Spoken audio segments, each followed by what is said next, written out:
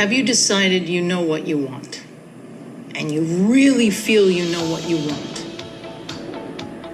Well, then it's time to move beyond temporary flings and embrace meaningful, lasting relationships. Let's focus on building deep, enduring connections that truly stand the test of time. And let's learn how to filter everything else out.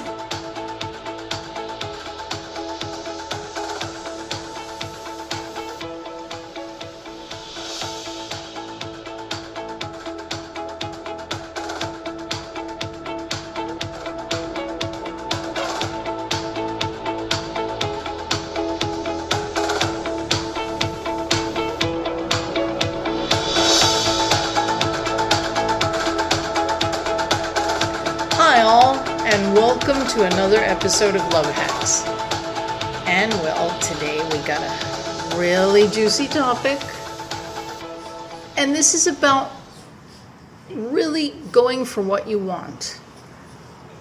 Meaning if you want something serious, you're going to move beyond seasonal flings,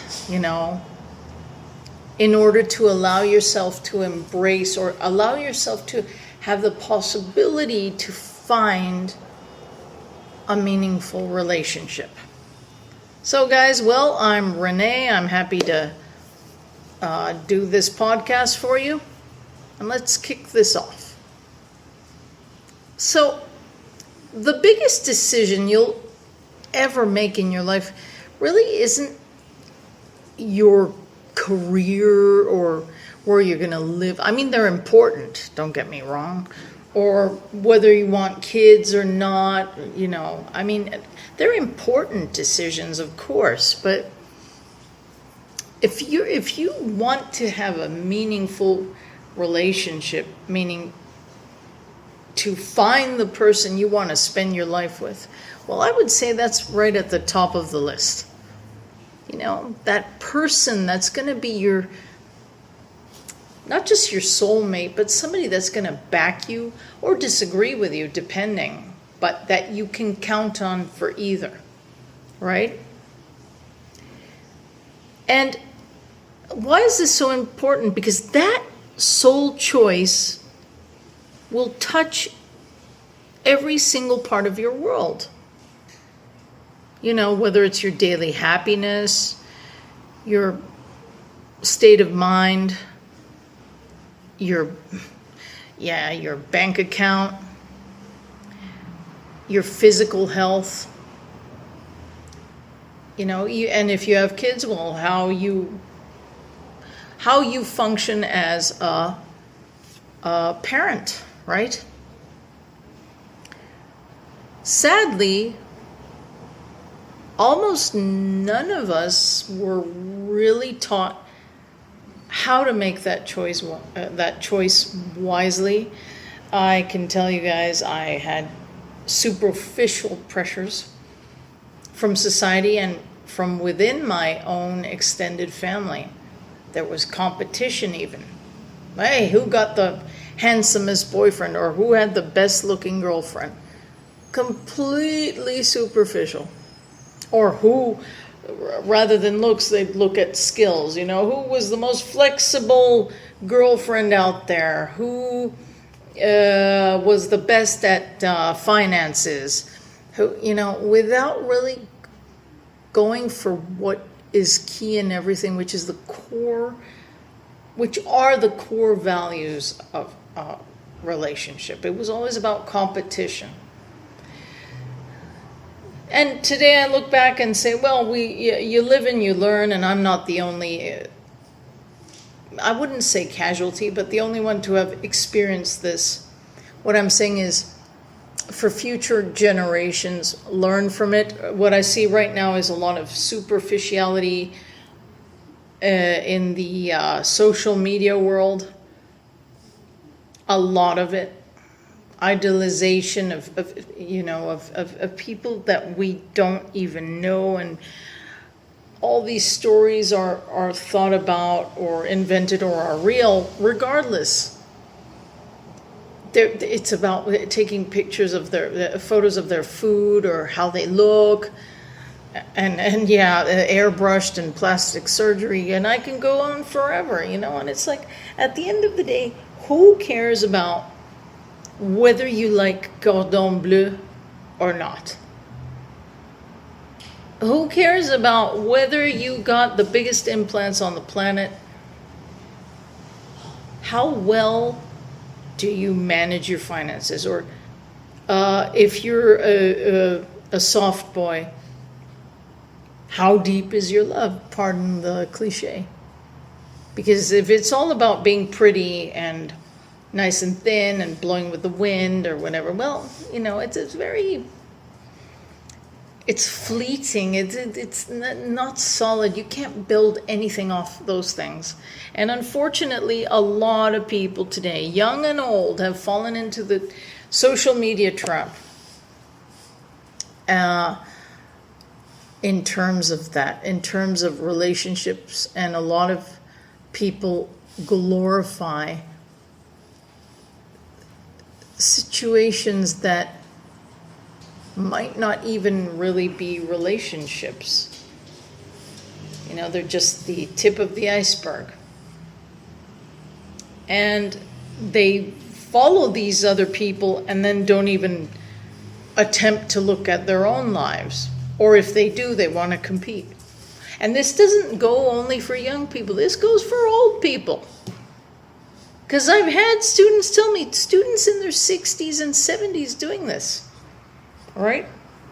So, again, I mean, if you really want something solid with somebody, if you want to stop sniffing flowers like a freaking hummingbird, I mean, I love hummingbirds, but you know, or like a bee, I love bees also, you know, then you have to land on your 2 feet with maturity. Because you see, a lot of us, well, we chase butterflies and sparks. And we go after those butterflies and sparks, and then we actually marry those people that give us butterflies and sparks. But then years later, we wonder why everything feels so heavy. You know, and there's this old saying about how, I mean, there's so many songs about this. She's the one, and it's like, how do you know she's the one? What, because of a song? Because of the fairy tales you read? I mean, I love fairy tales. I actually like the original fairy tales because they're way more realistic and gruesome. I mean, if you read the Brothers Grimm, you'll see.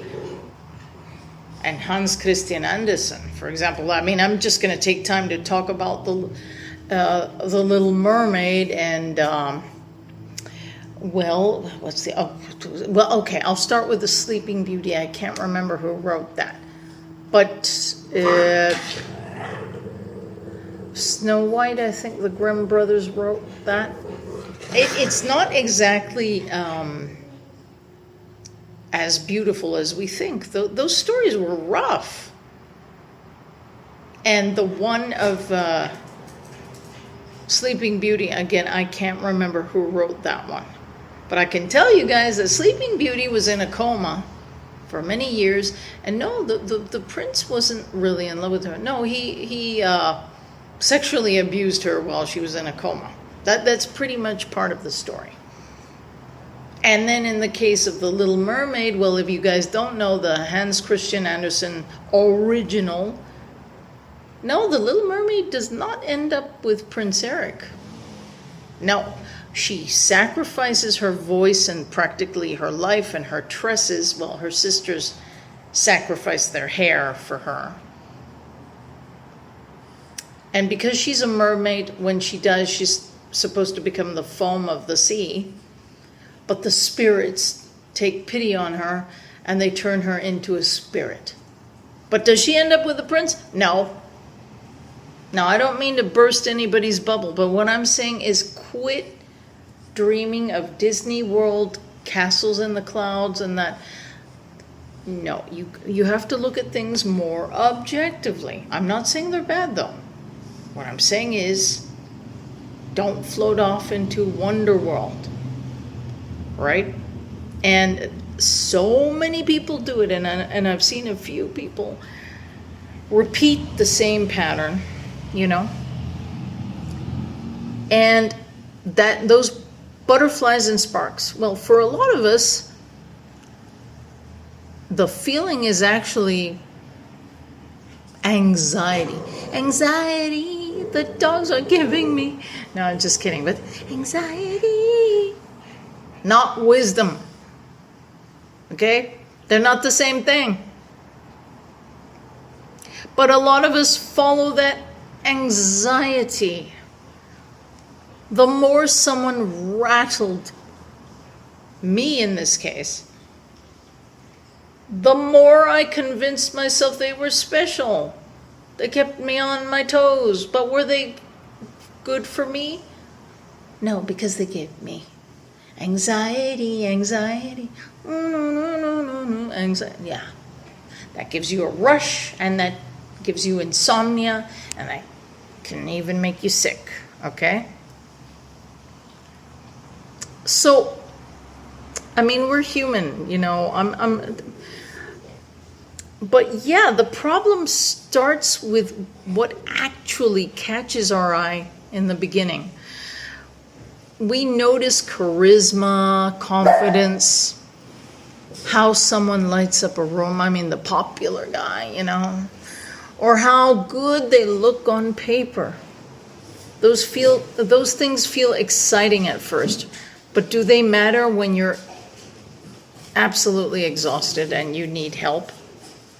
Or when you are looking after somebody younger in terms of like maybe your child or a nephew or something, or, you know, in a moment of crisis? Does that matter when you've lost your job and you need real support? Does it matter when your life gets messy and you need someone who chooses you every single day? And that's not going to be Lionel Messi, okay? So yeah, I mean, you have to see the reality of things, especially as you age or we age, right? And a lot of people, they're still chasing that fairy tale nonsense. You know, I've watched amazing people claim they have sky-high standards. And of course, they'll be incredibly superficial and list looks, ambition, or social status in a heartbeat. But when it comes to kindness under pressure, emotional steadiness, or showing up consistently, oh my, their standards suddenly vanish. And that's why they keep, sorry, pardon my French, and I love French, but this is not French. Pardon my curse words. That's why they keep fucking up, okay? So let's walk through a clearer path. You know, and there are ways of getting around that. Specifically 4 levels that can help you slow down, see past the rush of early feelings. Oh my God, I fell into it recently, I'm telling you folks. That rush of early feelings. And make a choice for your future self. And you will thank yourself for that. Picture whoever you're dating right now, or someone you just dated, as we go through these levels, okay? Really picture them, and this is going to give you a clearer picture of what bullet you dodged or what you lost, depending. I know I dodged a bullet, okay? So I'm sharing this. Now, that's not always the case. You might have bumped into somebody who's worth pursuing, even if you had a fallout. Okay, but let's go through it. So, when we meet someone who attracts us, we usually have admiration for them. You know, this is when you spot someone across a room. You're not stalking, you just scroll past them online now that you know their name, or you hear about them through friends, and you start thinking, wow, they're really something. You know, and they really catch your eye. They seem impressive, even though you don't know them. But you've heard wonderful things about them. You know, and that affects you, right? In a positive way. It gives you, again, those butterflies, the sparks. But there's no connection. I mean, sorry, the dogs are having an argument. So, they've caught your eye, but they might not even know you exist. I mean, you admire them from afar, but really it's just a fleeting spark of curiosity, you know?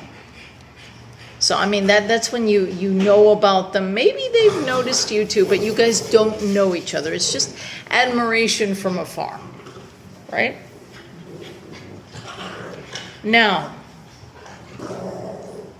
if there's progress, that admiration is going to become mutual attraction. So now it's gotten personal.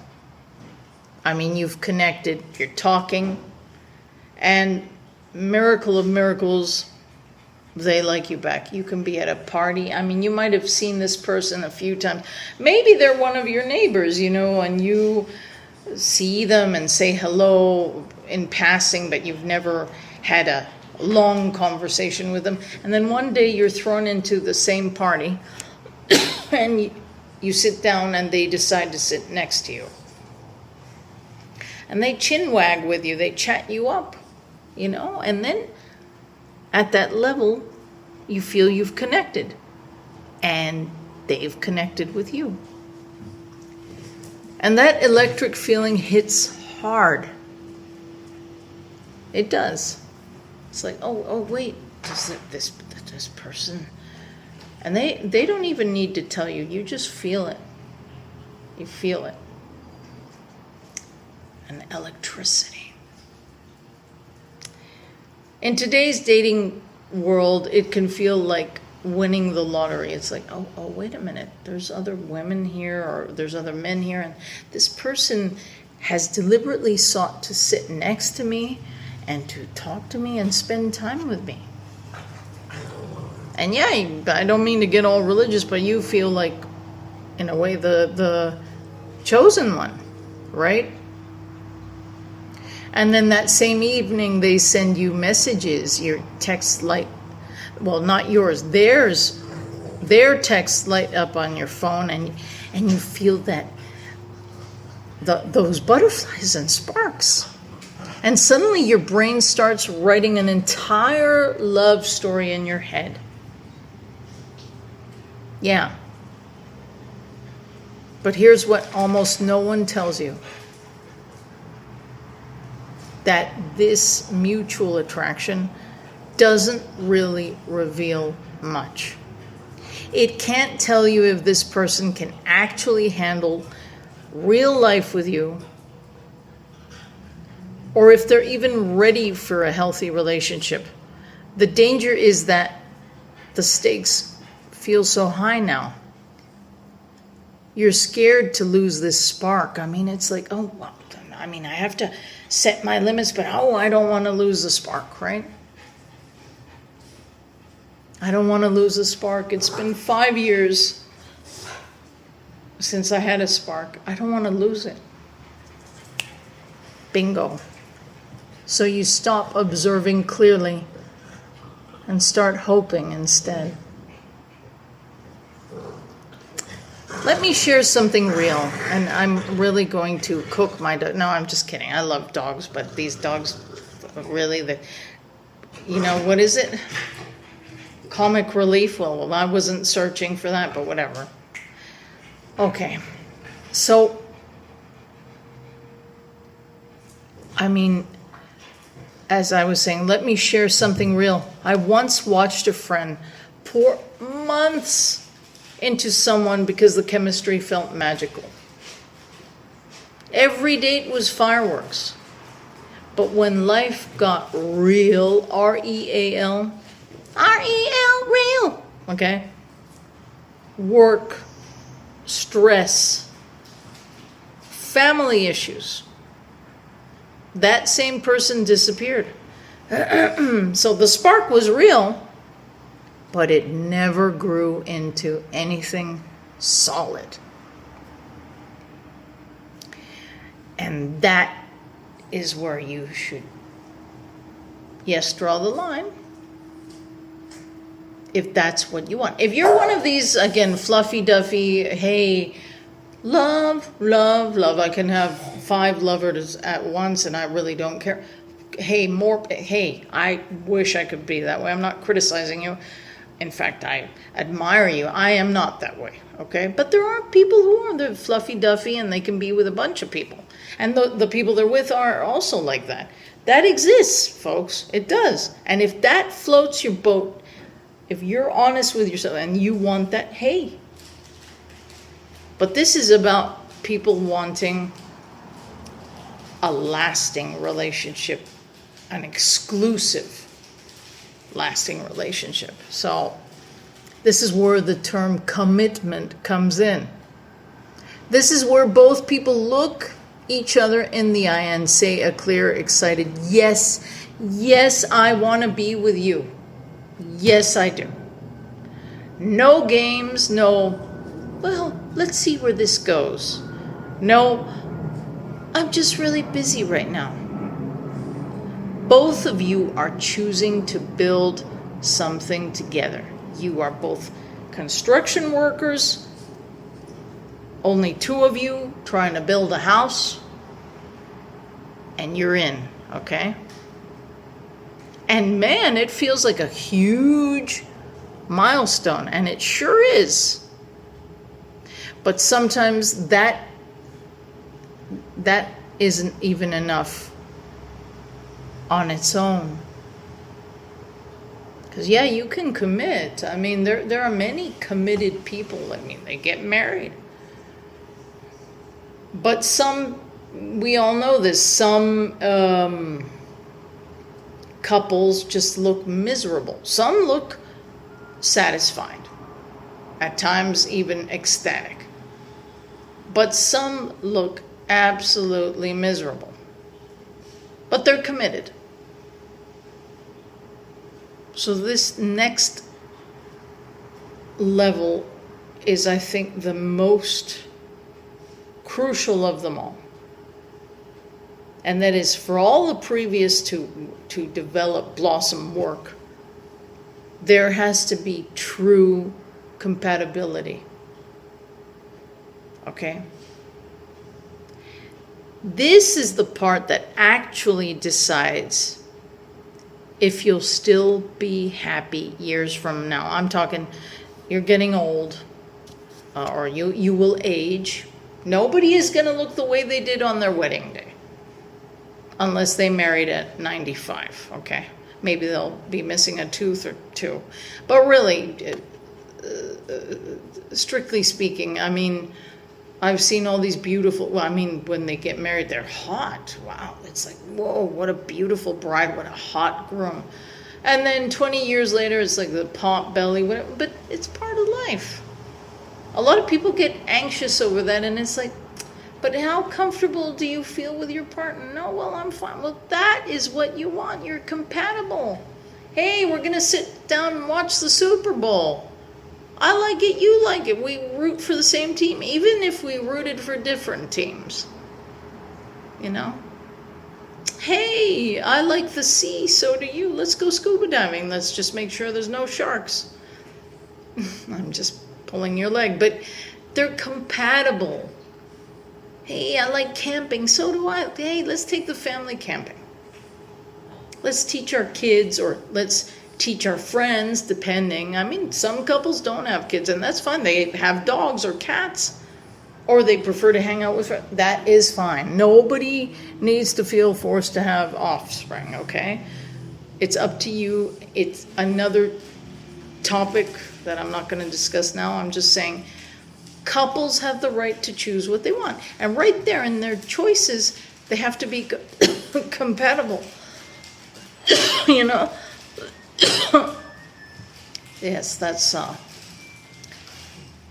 my washing machine saying, I'm done. We're compatible. Just kidding.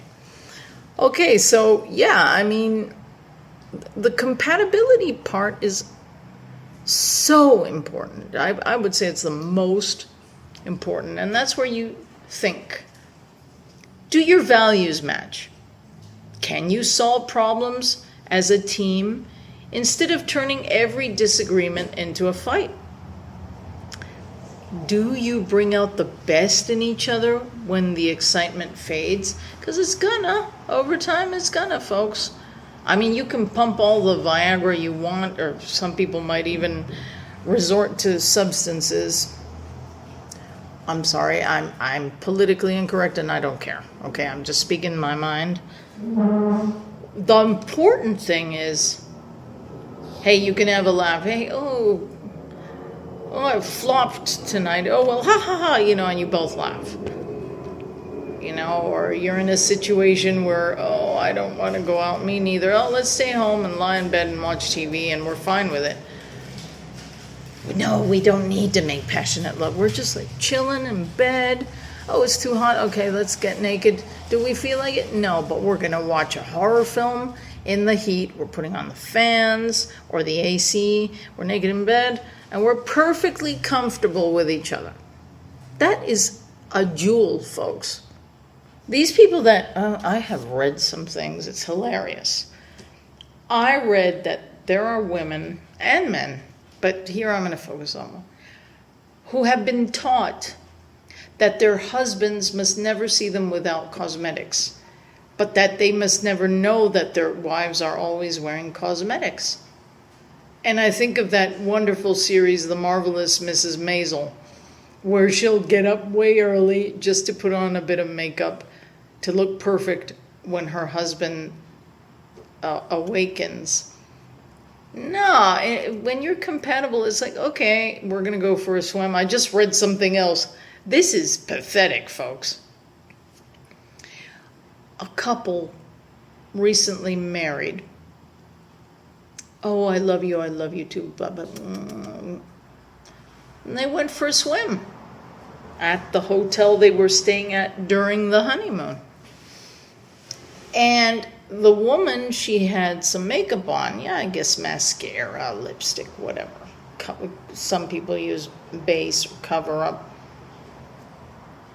And when she got out of the pool, well, her mascara was smudged and she didn't look as glorious as the way she did with the makeup.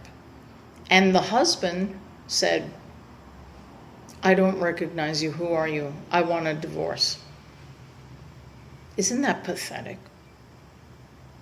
I mean, the guy literally thought that his woman looked like that the whole time. I mean, she was dumb for not showing her natural face before. And I mean, what a way to lose it. But at the same time, oh my God, can you get any thinner than that? Like fizzled in 2 seconds. It's like, man, as if you're that hot. And even if you were, what right do you have to say that? You see, this is where the values have been lost. It's like, I'm marrying her based on her physique. Or I'm marrying him based on his cash and physique, or just his cash. What? Don't get married, people. If you're like that, don't. Please do the world a favor. Don't get married, because you're as superficial as a dry leaf. You'll crumble in 2 seconds. So those are people that, I'm sorry, no. And there should be a law against it, okay? A law. If you're that flaky, Just be yourself. Get yourself a vibrator or something, and don't ever think about getting married. Sorry, but it's the truth. If you can't handle somebody without makeup, or somebody without a six-pack, or somebody who doesn't own a Rolls Royce, I'm sorry. Just don't get married.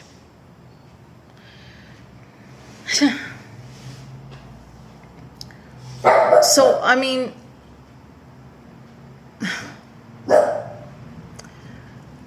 thankfully, most people lock in a way before they get to the defining compatibility level. They get swept up in feelings, maybe in the second level or the third one, the commitment one, and assume everything else will just work itself out. Then they spend years of their lives trying to force a fit that was never there. And so, really, I mean, the compatibility... these dogs have perfect timing. The couples who last aren't the ones with the most intense beginning. I mean, again, the intensity, oh, wow, how wonderful, oh, I orgasmed, whatever. But this isn't what's going to make you last, okay, folks? It isn't. The ones who last are the ones who are patient enough to get to that compatibility level before giving their whole heart. And they observe everything, the good and the bad. I mean, they'll watch how someone handles disappointment. They notice how conflicts get resolved. They pay attention to whether they feel calmer or more anxious around this person over time. And that's the other thing. You don't want to get old before your time, right? So somebody who gives you constant anxiety or sadness or dissatisfaction because they let you down repeatedly, and okay, maybe your standards might not match theirs, but if that's a pattern and years of your life and theirs go by and you guys are stuck in the commitment role, but you feel like that constantly, well, that's not a good relationship either. Looking for real conversations about love, connection, and everything in between? Listen to Love Hacks.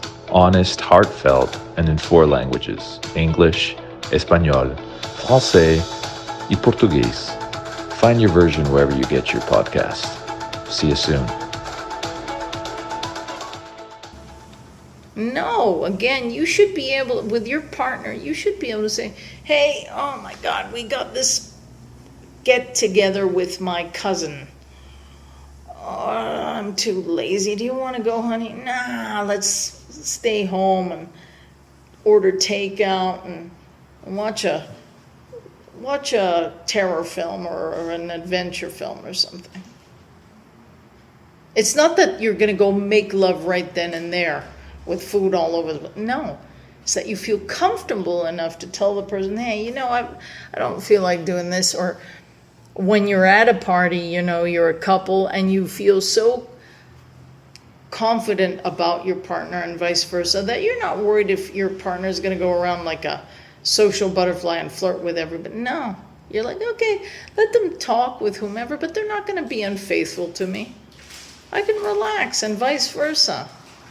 That is compatibility. Compatibility, as I said before, watching a ball game or going on a trip somewhere. Hey, my dream is to visit Austria. Austria? No, Austria.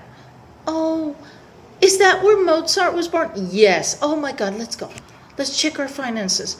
Well, we have enough for next year. Oh, let's save up more.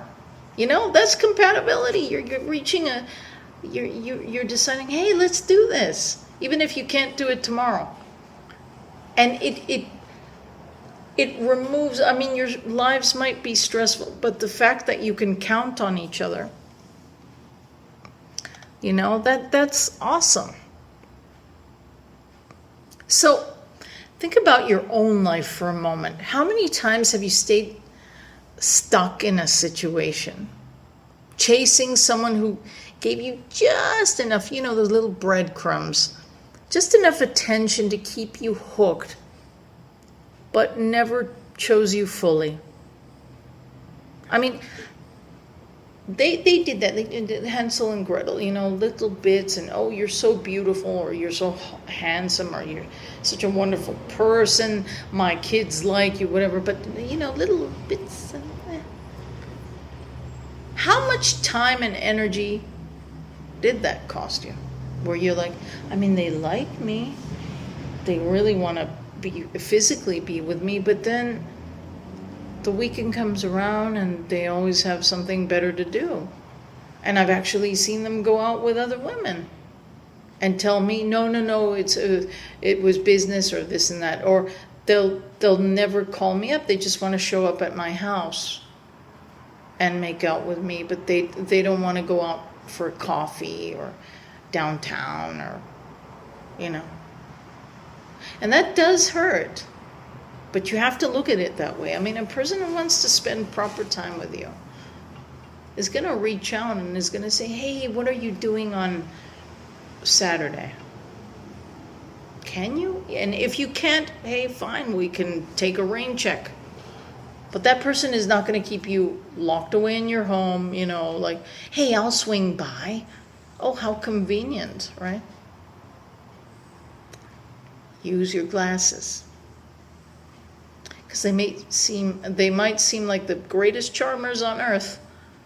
Hey, I'll swing by to hang out with you in your house every time. And at first that's like, oh yeah, there's interest. He's coming to me. Is he? He's coming to you because he knows you have a house. He knows he can hang out with you and not have to spend a dime. And he knows that he doesn't have to make any more effort. You like him. But that's not compatibility, that's just comfort. The good news is you don't have to keep repeating that pattern. You can slow down. You can ask yourself honest questions at each level. You can choose to only invest deeply when you see that compatibility really projecting itself. Okay, so that's the good news. It's not a lost cause, but you have to wear your clinical glasses. And yeah, the person who makes your heart race isn't always the person who will make your life better. Okay, I'll confess, hey, I'm human. If today, I go with poor old Brad Pitt, but here we go. If today Brad Pitt showed up at my house and said, Michelle, I want to go on a date with you. Guys, of course I would be having like a stroke, probably. We're human, right? That again, those butterflies and sparks. Oh my God. And it's like you even rejuvenate. I don't know, it's anxiety, but it gives you adrenaline and it's, right? But I'm not thinking at that moment, if Brad Pitt takes a deep interest in my person, I'm not thinking, maybe he likes a certain type of cuisine and wants me to cook it. Maybe he's one of these polyamorous people, and I'm not up for that. Maybe he drinks a lot, and I'm not up for that either. I'm not saying he is. What I'm saying is, I'm just seeing his beauty in my face and his charisma in my face. But I'm not futurizing right then and there. I'll start futurizing when I'm in my room, like that Selena Quintanilla song. I'm dreaming of you tonight. La, la, la. Rest in peace, Selena Quintanilla, not Gomez. Selena Quintanilla. Oh, those, I can't stand, like all those fluffy, duffy, sensations. Oh my Yeah. I'm just thinking about how hot Brad Pitt is and how charismatic he is and what a great French kisser he is, and maybe he even took me to bed. I don't know. But am I thinking, oh my goodness, how does he behave in a crisis? Like if I have a low blood sugar attack or something, what's he going to do? If we got married and decided to have kids, how would he respond financially? Or would he just continue acting and sending money? You know what I mean? I'm using a wonderful example, right? And I love Brad Pitt. I think he's beautiful. You know, I do. I love Johnny Depp too.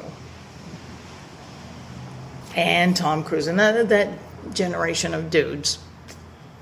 Right? But I'm not,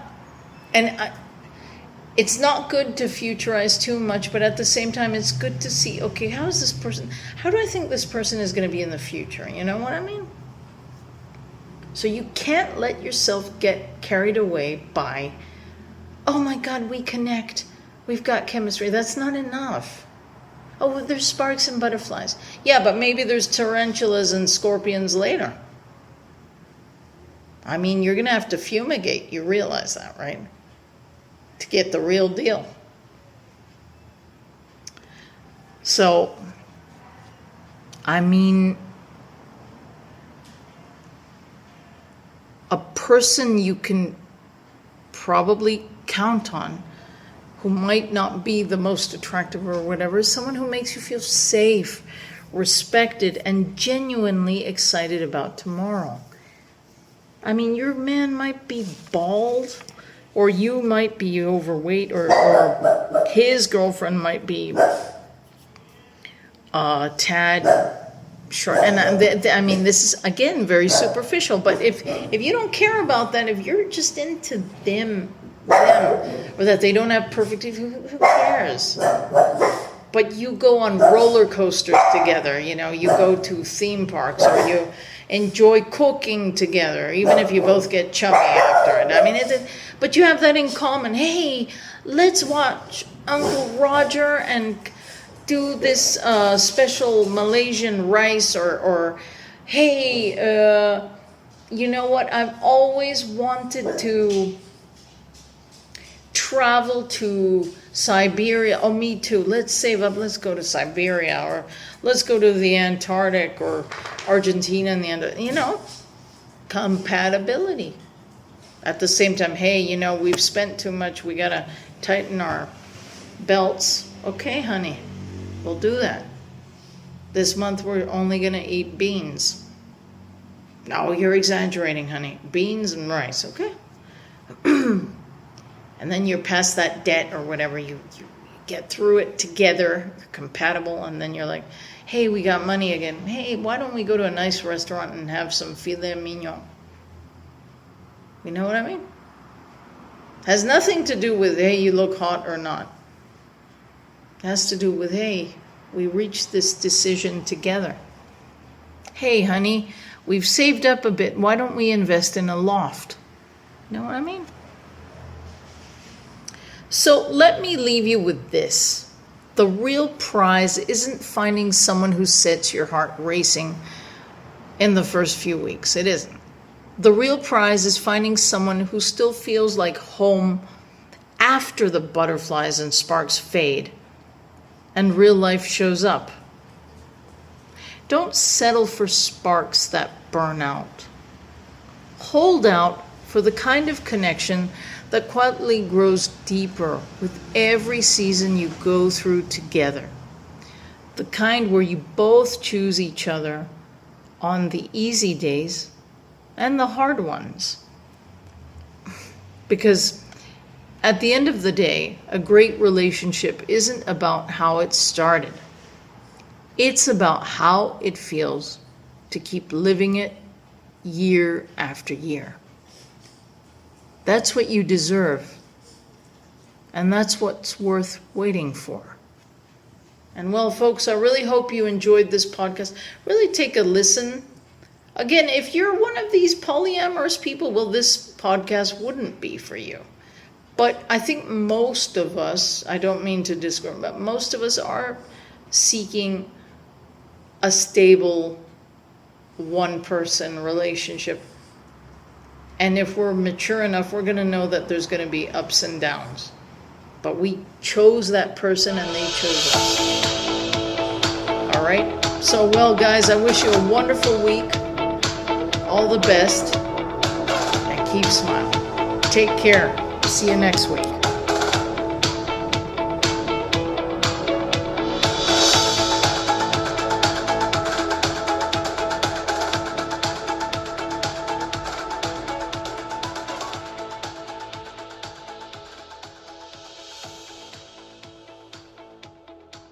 If this episode resonated with you, make sure to like the video and share your thoughts in the comments.